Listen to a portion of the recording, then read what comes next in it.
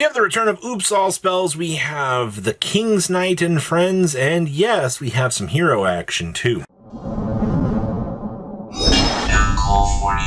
Make sure you smash the crap out of that subscribe button so you guys don't miss out more content. Oops All Spells, I think, has been one of our favorite recurring decks actually returning to this channel, because this deck is actually kind of cool. Getting the chance to just watch how it interacts. Obviously, you know, being able to do the autonomous action units, the hidden armories, things like that, and also, you know, just quick access into, you know, turning a Charmer into a Dark Magician of Destruction is phenomenal work. It's little things like that a deck like this you don't really think about being able to do. And also, you know, the Hornet drones being able to basically convert into, you know, whichever Charmer you're going to need to start combo is just absolutely hilarious. Once again, like I said, don't underestimate the incredibly funny play lines that you can suddenly get with a deck like this, because you can unfold into so many cool directions. And I really wish we could see more builds like this popping into the, you know, the world of things, but you know, these are limited, so we don't really get all that fun. Next up here we have, oh my gosh, it's the Chaos End Ruler, the beginning and the end. You know, I still think that this card is by far one of the coolest cards that you can pick up and mess around with in the game of Yu-Gi-Oh! But the problem is it's just, you have to play this card. And obviously, that's where we kind of explored ourselves into the current meta is, you know, how much value can we actually make off of this? This is where, like, the Primite package comes into play here, so we can actually use that. I also, pardon me for saying this, but I mean, like, this is more of a casual deck, you know? If you're going to be playing this combo line of things, you know, you're not going to be aiming to, like, go for the top. You're looking to, like, do some cool play lines with the Arcana Joker while, you know, getting access into some of the other play lines in order to kind of make your deck kind of come together. But I feel like just in terms of the power scaling that you're kind of working with here, this actually doesn't seem too bad. Next up here, we have Heroes.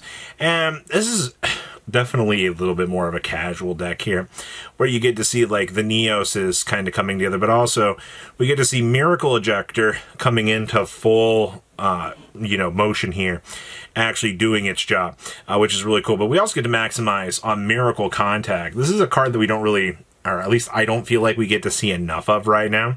Because, I mean, your extra deck is so limited in the capabilities of what you're able to work with. So you kind of have to make your concessions, you know, if we are choosing to play Miracle Contact, you know, can we dedicate enough slots to this? Now, obviously, this extra deck is a little bit more jam-packed and for the little tools that you kind of want to, you know, actually have at your disposal here. But I mean, that's fine. As long as you've got, you know, the key play lines that you need, you're not going to have any problem whatsoever. So really, really cool just to see how this has come together. Next up, we have the Alistair and Friends deck. I got to tell you, this deck has been growing on me. Obviously, one of the problems that this deck needed to fix itself was you need more Alistair the Invoker to go burr. That's what you get with this deck. You get the ability to actually turbo that up. Obviously, in terms of the little toys you're getting in this list, I see we're playing one Invocation Sword. We're doing triple Spirit Sword Iwas, which is fine. I mean, obviously, Iwas is a triple of in this deck. You're only choosing to play the one Vercom, which I think is fine. Obviously, you do see we have Baron de Fleur down here. You are doing a pretty small Magistus package within the deck. I feel like when you look at these decks, you don't really want to bulk down too heavily on where things are going. Also, 2 Invocations, I think is just fine. But definitely some good play time here with this deck, actually showcasing some good power in this direction. Next up here, we have some Blue Eyes White Dragon, and I think this is the first list I've seen that's actually kind of cut down on Deep Eyes to less of a degree. Deep Eyes here is able to, you know, go get the Light Tuner, but it's also going to be another piece that's able to re-extend back onto the field. A lot of people don't seem to realize how good this card actually is for the deck. This is also still doing 2 Blue Eyes White Dragons. Obviously, you know, the meta's not exactly too friendly with, you know, having to bulk down on these, but you don't really have a choice.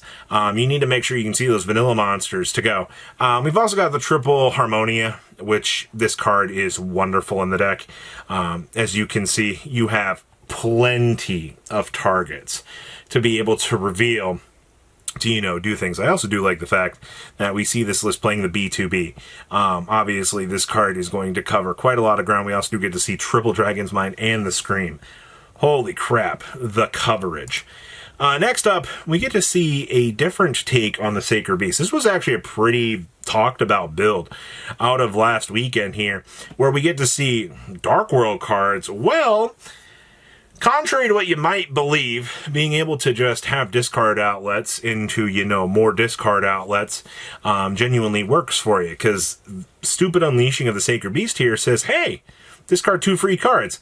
This is actually where, you know, you might not also know, but all these Sacred Beast cards say add 1 and then discard 1. So you're basically just making sure you don't have to pitch all of these little extra cards out of your hand. You know, 1 Snow turns into a Grapha, and you kind of just have a free little production field of destruction to control your opponent, which really says a lot. I hadn't thought about, like, actually building a mini Dark World package into this deck, but, you know, the deck actually has enough tools for you to do it. Outside of that, I mean, looks pretty gosh darn good. Next up, we get to see the Dark Magician of Destruction deck actually playing Obelisk the Tormentor. Well, you're also playing things like the Unity, the Yujo Friendship, and triple copies of the Judgment of the Pharaoh. Yes, Judgment of the Pharaoh ends up being one of those haha funny cards that you're able to just blank through your opponent and really just put the pressure on your opponent, which is kind of nice. This build's also going with 2 Mind Shuffle, which is fine. I do see in terms of extra deck stuff, we're playing the 2 Crimson Blade Dragon, we're playing the Crimson King itself. This list is definitely a little bit more toned down to the floor, and that's not necessarily like a bad thing, right? As long as you can see where the play lines are going and where this deck needs to make those key plays in order to be successful, I think you're going to have an absolutely great time for playing something a little bit more fun. Also, High Rage Roll is very, very funny. Next up here, we actually get to see some more Galaxy. Galaxy, why this deck does not have a amazing run in events. It is enough that we can still observe it performing and usually doing well. I do also love the fact that we've been seeing more of the Blue Eyes, the White Phantom Beast popping up with the draw cards. Because even if your opponent starts to push you in a direction where you're like, well, you know, you can get 1 to 2 draws off of this, it typically ends up spiraling a little bit more out of control for them. And that causes problems. Also, the Triple Dominus Spiral is really good. I do like the Gamma with the driver. Side deck, we are side decking the Farah. Oh my god, could you imagine getting Farah on like some of these broken cards in here? Also, a really cool thing with this list, we're actually playing the spell card Soul Exchange, so you can actually feed through things from the opponent, which actually is kind of cool. I actually appreciate that. That's kind of awesome. Next up here, we actually get some more S-Force. If you've been tracking S-Force every single week, you're going to notice the exact same pattern across the field here. Every one of these lists is going to be playing the Dark Magical Curtain to be able to, you know, get into the Witch. The only key difference between this and a lot of the other lists that you've seen is just the removement of the multiple Witch of the Black Forest. And I kind of agree with that. At this stage, reducing down the Witch instead of trying to play 3, so it's like, well, you know, maybe I can open it. No. I think going with the 1 and 3 of these is going to be good. Like, if you're going to slam down Dark Magical Curtain, your opponent's going to ash it anyway. And also, like, you have a target if they Dark Magical Curtain you. So it comes down to, you know, you will be getting advantage off of a Curtain resolving if the meta allows Curtain to still see, you know, some amount of play, which is actually fine. But outside of that, your coverage is pretty good here. Next up here, this is a Yugi deck. This was something that I just saw rummaging through, and I appreciate the fact that somebody has taken the time here to actually build a character Yugi deck. The fact that, you know, we do get to see all of the incredibly interesting tools that a deck like this actually is able to do is so freaking nice, man. Like, you have so many cool potential pieces here working together within this deck that it feels very anime flavorful, and that's exactly what we want to see. We want to see, you know, people actually having fun here. So that wraps up today's good decks. Please leave a comment below, tell me what you guys think. I'll see your beautiful faces back in the day, guys. Patrons! Thank you.